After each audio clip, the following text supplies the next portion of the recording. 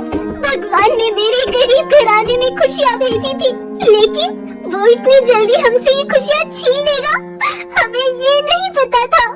मेरी नन्ही बच्ची के साथ ना जाने क्या हुआ है रघु। दिल छोटा मत करो रीमा बहन, आखिर किस्मत का लिखा कौन टाल सकता है। ये सब तुम्हारे नसीब में था। रीमा और रघु को गहरा सदमा पहुंचा था। दरअसल रघु बड़ा मेहनती मजदूर था। वो मजदूरी करके अपना घर चलाता था, लेकिन ये दिन उसके लिए बहुत खुशी का था। रीमा शेरनी ने एक प्यारी सी नन्ही बच्ची को जन्म दिया था, जो बहुत सुंदर थी। तब अगले दिन रघु और रीमा के यहाँ एक पंडित जी आते हैं। तुम्हारी ये गरीबी खुशहाली और अमीरी में बदलने वाली है।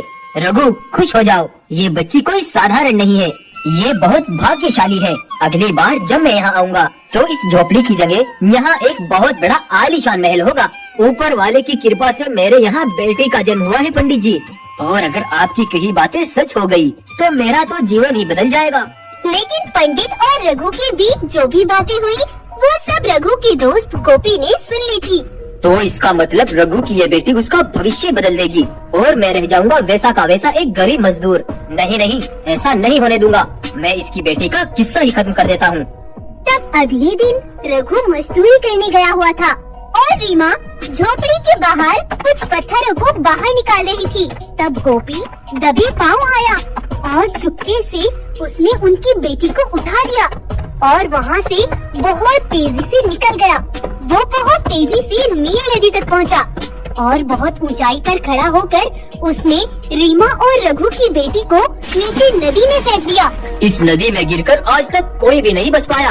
अब जल्दी से यहाँ से निकल लेता हूँ। गोपी तेजी से वहाँ से आ गया। उधर रीमा शेरनी रोती और परेशान होती हुई रघु के पास गई, जहाँ रघु काम करता था। रघु हमारी बेटी वहाँ नहीं है। तब रघु रीमा को अलग लेकर जाता है। क्या हुआ रीमा, आराम से बताओ मुझे, कहाँ गई हमारी बेटी? तभी गोपी भी वहीं आ पहुँचता है।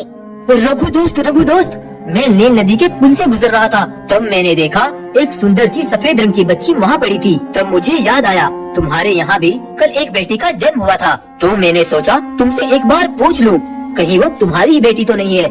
जल्दी से चलो, उसे कुछ नहीं होगा। और तब वो तीनों वहीं नील नदी तक पहुँच जाते हैं, लेकिन तब वो वहाँ नहीं थी।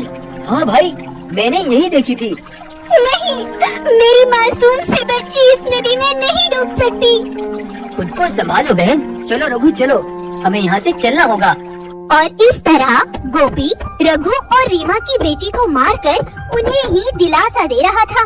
रघु और रीमा को सब्र नहीं आ रहा था, लेकिन अपना पेट पालने के लिए जिंदगी के इस बड़े दुख से भी उन्होंने समझौता कर लिया था। अब ऐसे ही कई साल बीत गए। कड़ाके की ठंड आई, बर्फ पड़ने लगी। रघु के घर में खाने पीने की तंगी हो गई, क्योंकि ठंड और बर्फ के कारण काम करना मुश्किल था। और इसी ठंड में कांपता हुआ वीरू नाम का एक शेर इसी जंगल में आता है। इस ठंडी बर्फ के कारण मेरे पैर सुन हो गए हैं।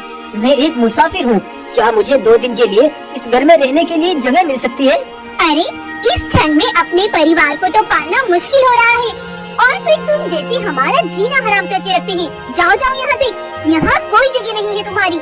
गौरव वहाँ से दूसरे घर जाता है, जहाँ एक गाय अपने बछड़े के साथ रहती थी। गाय बहन, मैं बहुत दूर से आया हूँ, कृपा करके 2 दिन के लिए मुझे अपने घर में जगह दे दो। देखो भाई, मेरा बछड़ा कभी कभी यहाँ पर अकेला भी रहता है, वो तुमसे डर जाएगा। ये रिस्क मैं नहीं ले सकती। तब वीरू मायूस होकर वहाँ से और आगे बढ़ता है। मैं जानता हूँ ठंड बहुत पड़ रही है, अपने ही परिवार को पालना मुश्किल है, लेकिन मैं 2 दिन के लिए यहाँ रुकना चाहता हूँ। अरे बेटा, आओ आओ, मेहमान तो ऊपर वाले का रूप होता है, आओ अंदर आ जाओ। जैसी रूखी सूखी हम खाते हैं, वैसे ही तुम खा लो वीरू, और यहाँ आराम से रहो। तब रीमा रघु वीरू को भोजन कराते हैं। जब तुम इस झोपड़ी के द्वार पर आए, तुमने कहा था कड़ाके की ठंड में परिवार को पालना मुश्किल है, लेकिन हमारा परिवार तो हमारी बेटी से था, जो आज से 15 साल पहले हमें छोड़कर चली गई थी। मेरी बात से आपका दिल दुखा हो तो मुझे माफ करना, लेकिन उसके साथ हुआ क्या था? तब रीमा और रघु वीरू को सारी बात बताते हैं, कैसे उनकी 2 दिन की मासूम बच्ची उनसे जुदा हो गई थी। अब अगर मैं तुम्हें एक खुशखबरी सुना दूं तो? अच्छी खबर सुनने के लिए तो हमारे कान तरस गए हैं। बोलो बेटा, जल्दी बोलो। उस दिन मैं किसी काम से कश्ती से गुजर रहा था, तब मैंने दूर से देखा एक छोटी सी बच्ची पानी के तेज बहाव से मेरी ओर ही आ रही थी। तब मैंने उसे उठा लिया। किसी नए काम की तलाश में आया था और ये बच्ची मुझे मिल गई और तब मैं उसे अस्पताल ले गया। वहाँ उसका इलाज हुआ और मैंने उसका नाम गीता रख दिया। कुछ दिनों बाद गीता ठीक हो गई और तब से मैंने ही उसे पाला। गीता बचपन से ही बहुत होशियार और बहादुर थी, लेकिन ऐसा कुछ नहीं है जो पंडित जी ने तुम्हें बताया था कि उसके नसीब से तुम्हारा जीवन बदल सकता है। वो जैसी भी है हमारी बेटी है, हम उससे मिलना चाहते हैं। उसके पास ले चलो। बस मैं यही देखना चाहता था कि कहीं उसको लेकर तुम्हारे मन में कोई लालच तो नहीं है। ये कहते ही वीरू शेर एक विशाल पंखों वाले शेर में बदल जाता है। उस दिन तुम्हारी बेटी को नदी में फेंकने वाला कोई और नहीं, तुम्हारा ही दोस्त गोपी था। रीमा, रघु, उस दिन भी मैं धरती पर किसी की मदद के लिए आया था और आज भी इस सर्दी के मौसम में जानवरों को आजमाने आया था कि देखूं क्या कोई गरीबी और ठंड होने के बावजूद भी क्या किसी की मदद करता है। और तुमने मुझे ठहरने के लिए जगह दे दी, क्योंकि उन पंडित जी की बात सच होनी थी। तुम्हारी बेटी बहुत भाग्यशाली थी। जब वो 5 साल की थी तो मैं उसे ढेर सारा धन दौलत देकर चला गया था, लेकिन आज उसने अपनी मेहनत के दम पर खुद को इतना अमीर बना लिया कि वो यहाँ के हर जानवर की गरीबी को दूर कर सकती है। कल वो तुमसे मिलने आ रही है। ये कहकर विशाल पंखों वाला शेर वीरू वहाँ से अपनी आसमानी दुनिया में चला गया और अगले दिन गीता अपने सिपाहियों के साथ अपने घर लौटती है और अपने माता पिता को पाकर बहुत खुश हो जाती है। रीमा और रघु भी गीता को गले से लगा लेते हैं और फिर गीता की किस्मत से सब कुछ बदल जाता है। रीमा रघु की जिंदगी बहुत खुशहाल हो जाती है। तो आपको ये कहानी कैसी लगी हमें कमेंट करके जरूर बताएं। कहानी अगर आपको पसंद आई है तो लाइक करें और शेयर करें। चैनल को जरूर सब्सक्राइब करें। ब्रह्मांड पर बसा था महाशक्तिशाली एक परिवार। वो सब अलग अलग थे, लेकिन फिर भी वो एक परिवार की तरह रहते थे। उनका लक्ष्य सिर्फ सच की विजेता देखना था। धरती पर आज तक इतना जुल्म कभी नहीं हुआ जितना अब हो रहा है। अकेला एक इंसान हो या फिर जानवर, वो सब कुछ ठीक नहीं कर सकता, लेकिन हक के लिए खड़ा होना यही बहुत बड़ी बहादुरी है। हमें धरती पर उतरकर उसका साथ देना होगा। इतना सोचकर वो ताकतवर झुंड धरती पर उतर आता है और रमशा शेरनी के पास आते हैं। रमशा उन्हें देख थोड़ा घबरा जाती है। डरो नहीं, हम तुम्हारी मदद के लिए आए हैं। तुमने जो कदम उठाया है उसमें तुम हमें हमेशा अपने साथ पाओगी। मुझे डर है उन बहादुर सिपाहियों के साथ भी कहीं वो न हो जिस तरह उसने उन जिंदा जानवरों के दिल, किडनी और गुर्दे निकाल कर बेच दिए थे। क्या हुआ था आखिर रमशा के जंगल के जानवरों के साथ? रमशा के पिता भोपाल सिंह बहुत माल दौलत वाले थे, लेकिन वो हर दिन अपनी इस दौलत को बढ़ते देखना चाहते थे। भोपाल का एक बड़ा अस्पताल था जिसके अंदर गरीब जानवर अपना इलाज कराने आते थे, क्योंकि भोपाल के इस अस्पताल में दवाइयाँ और इलाज बहुत कम पैसों में होता था। लेकिन ये उसकी एक चाल थी, क्योंकि इन जानवरों से भोपाल खुफिया धंधा कर रहा था। वो इन जानवरों को कुछ रुपयों के बदले पास के एक राजा कालिया बाग को बेच देता था और कालिया की नजर में रहम नाम का तो कोई मतलब ही नहीं था।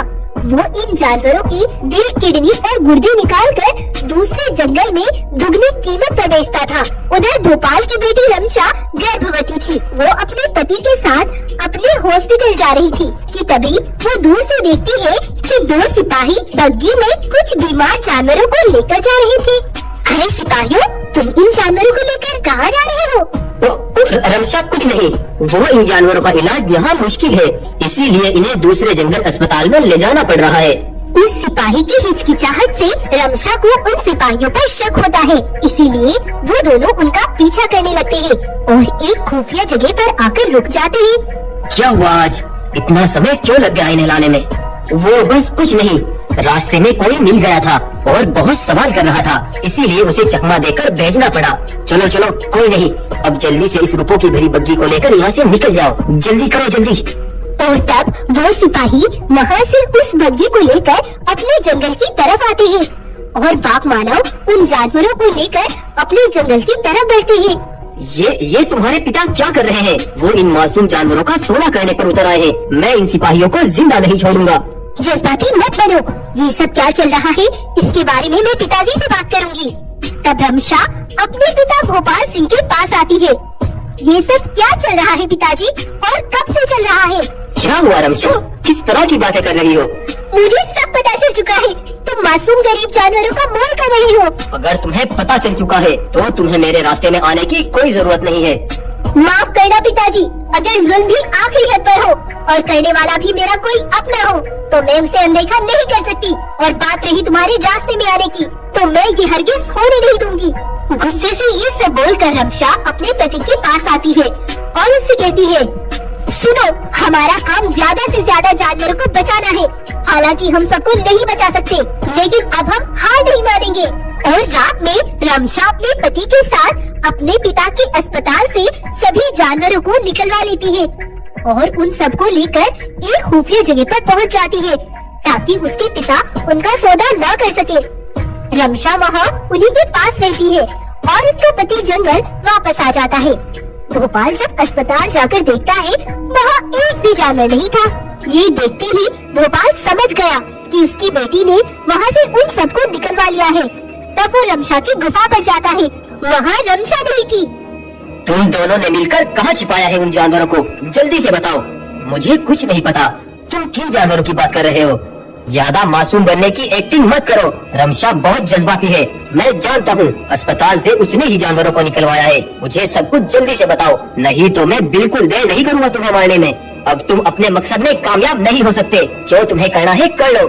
तुम कुछ ज्यादा ही रहमदिल बन रहे हो, लेकिन अफसोस दूसरों को बचाने के चक्कर में तुम खुद को भी नहीं बचा पाओगे। भोपाल उस पर टूट पड़ा और उसका खून पी गया। उधर ठाकुर बाघ को जब वो बीमार जानवर भी नहीं मिल रहे थे तो उसका धंधा भी कम हो रहा था और वो बेचैन हो रहा था। पूरे 2 दिन हो गए, उसने एक भी जानवर नहीं भेजा। अगले 24 घंटे में अगर उसने कोई खबर नहीं दी तो मैं खुद अपने तरीके से जाकर उससे बात करूंगा। उधर कुछ देर बाद रमशा अपने पति से मिलने अपनी गुफा पर आती है, लेकिन उसकी सांसें खत्म हो चुकी थी। नहीं, ये क्या हो गया? उन जानवरों को बचाने का फैसला मेरा था, लेकिन मेरे जालिम पिता ने ये क्या कर दिया? वो चाहते हैं तुम्हारे प्राण लेकर वो मुझे डरा देंगे और मैं पीछे हट जाऊंगी। लेकिन अब ये मेरा वादा है मुझसे, चाहे मेरे प्राण भी क्यों न चले जाए, लेकिन मैं उन जानवरों को किसी कीमत पर भी पिताजी को नहीं सौंपने वाली। और इधर कालिया बाघ बहुत गुस्से से अपनी एक बड़ी सेना के साथ भोपाल की गुफा पर आता है। पिछले 4 दिन से मेरा धंधा चौपट हुआ पड़ा है, सिर्फ तेरी वजह से। लेकिन अब मैं किसी बात का इंतजार नहीं करूंगा और तेरे जंगल के बहादुर ताकतवर सिपाहियों को ले जाऊंगा। चलो सिपाहियों, वो जहाँ भी मिले उठा लो उनको। और कालिया जंगल के बहादुर ताकतवर सिपाहियों को अपनी कैद में करके वहाँ से अपने जंगल ले जाता है और इस तरह से वो हमारे जंगल के बहादुर सिपाहियों को भी यहाँ से उठा कर ले गया। अब मुझे कुछ भी समझ नहीं आ रहा, मैं उन्हें कैसे बचाऊंगी? और वो कालिया अगर उससे मेरे जंगल के जानवर बच भी गए तो वो अपना धंधा करने के लिए कहीं और के जानवरों को खरीदेगा। मुझे उसे हर हाल में रोकना होगा। देखो रमशा, हम ब्रह्मांड में रहने वाले प्राणी हैं और उस कालिया की जंगल में पहुंचने से पहले एक नदी पड़ती है। हमने अगर उसे पार किया तो हम भस्म हो जाएंगे, लेकिन हम हर कदम पर तुम्हारा साथ देंगे। अब तुम्हें एक काम करना है, कालिया के जंगल से कोई न कोई जानवर बाहर जरूर आता होगा। तुम्हें उसके साथ छिपकर उसके जंगल में दाखिल होना होगा और उन सिपाहियों को वहाँ से छिपकर बाहर निकालना होगा। तब रमशा कालिया के जंगल के बाहर झाड़ियों में छिपकर खड़ी हो जाती है। तब वो देखती है एक भालू बहुत सारी लकड़ियाँ लेकर रोज जंगल में जाता है। तब अगले दिन जब वो भालू आता है तो वो छिपकर उससे मिलती है। तुम्हारे जंगल का राजा कालिया बड़ा जालिम है, उसने पहले हमारे जंगल के बीमार जानवरों के शरीर के अंगों को निकाल कर बेचा और अब उसने हमारे बहादुर सिपाहियों को भी पकड़ रखा है। रमशा ने शुरू से लेकर भालू को अपनी सारी दुर्घटना के बारे में बताया। तुम चिंता मत करो, उनको निकलवाने में मैं तुम्हारी मदद करूँगा। तब रमशा भालू की लकड़ियों से भरी बग्घी के बीच छिपकर कालिया के जंगल पहुंच जाती है और रात होने का इंतजार करती है। कालिया और उसके सिपाही सो जाते हैं, तब रमशा वहाँ पहुँचती है। साथियों, मेरी बात ध्यान से सुनो। कल सुबह मैं तुम्हें यहाँ से एक भालू की लकड़ियों की बग्गी के बीच छिपाकर यहाँ से निकल डालूंगी। हमारे पास ब्राह्मण से एक सेना हमारी मदद के लिए आई हुई है। तुम्हें सीधा जाकर उन तक पहुँचना है। लेकिन रमशा, तुम यहाँ से कैसे निकलोगी? तुम मेरी चिंता मत करो, जैसे कैसे करके मैं यहाँ से निकल जाऊंगी। और सुबह के समय जब कालिया और उसके सिपाही वहाँ नहीं थे, तब रमशा अपने सिपाहियों को भालू की लकड़ियों से भरी बग्गी के बीच उन्हें बैठाकर एक एक करके कालिया के जंगल से बाहर निकलवा देती है। लेकिन जब कालिया वापस आकर देखता है तो उनमें से एक भी सिपाही वहाँ नहीं था। ये देखकर कालिया का गुस्से से बुरा हाल हो जाता है। जासूस जो भी है वो यहाँ से निकल न पाए। मैं उसे ऐसी सजा दूंगा कि उसकी 7 नस्लें भी याद रखेगी। तुम जाकर जंगल का द्वार बंद कर दो। रमशा को जब ये पता चलता है तो वो जंगल से निकलने के लिए तेजी से भागती है, लेकिन द्वार पर खड़े सिपाही उसे पकड़ लेते हैं और उसे मुस्लिम बनाकर अपने महाराज कालिया के पास ले जाते हैं। तो वो गद्दार तू है, लेकिन तुझे शायद पता नहीं कि मैं अपने गुनाहगारों के साथ क्या करता हूँ। तुम चाहे मेरे खून की एक एक बूंद भी क्यों न पी जाओ, लेकिन मैं तुम्हारी आंखें खोल दूं कि ब्रह्मांड से इस जुल्म के खिलाफ लड़ने के लिए एक सेना उतर आई है। अंत में हार तुम्हारी ही होगी। अपनी झूठी कहानियाँ मुझे मत सुनाओ, मैं तुम्हारी बातों से डरने वाला नहीं हूँ। कालिया रमशा पर टूट पड़ा और उस गर्भवती रमशा ने अभी तक अपनी संतान को भी जन्म नहीं दिया था कि कालिया ने उसकी बोटी बोटी कर दी। और ये खबर उन सारे सिपाहियों तक भी पहुंच जाती है। हमें बचाते बचाते रमशा शेरनी ने अपना पूरा परिवार खो दिया। इतने दिनों से अपनी संतान के दुनिया में आने का इंतजार कर रही थी, लेकिन उस जालिम कालिया ने उसे जिंदा नहीं छोड़ा। साथियों, रमशा का परिवार जुल्म के खिलाफ लड़ता लड़ता मर गया। रमशा का बस एक ही सपना था कि वे अपनी आंखों से जुल्म का अंत होते देखे, और उसके सपने को पूरा करने की जिम्मेदारी अब तुम्हारी है। हम तुम सबको ऐसी ताकत देंगे जिससे तुम विशाल ताकत वाले शरीर को हासिल कर लोगे और उस कालिया को अपनी ताकत से कुचल डालोगे। तब ब्रह्मांड की वो सेना साधारण सिपाहियों को विशाल रूप देती है और वो विशाल शेरों की सेना कालिया पर हमला बोल देती है। विशाल शेर कालिया के सिपाहियों को भी खून से नहला देते हैं और रमशा का जुल्म के खिलाफ उठाया हुआ एक कदम आज जीत गया। ब्रह्मांड के सिपाही भी अपनी दुनिया में चले जाते हैं और रमशा के बहादुर सिपाही भोपाल सिंह को 1 महीने के लिए सजा के तौर पर कैद कर देते हैं और जंगल की डोर को अब वो खुद संभालते हैं।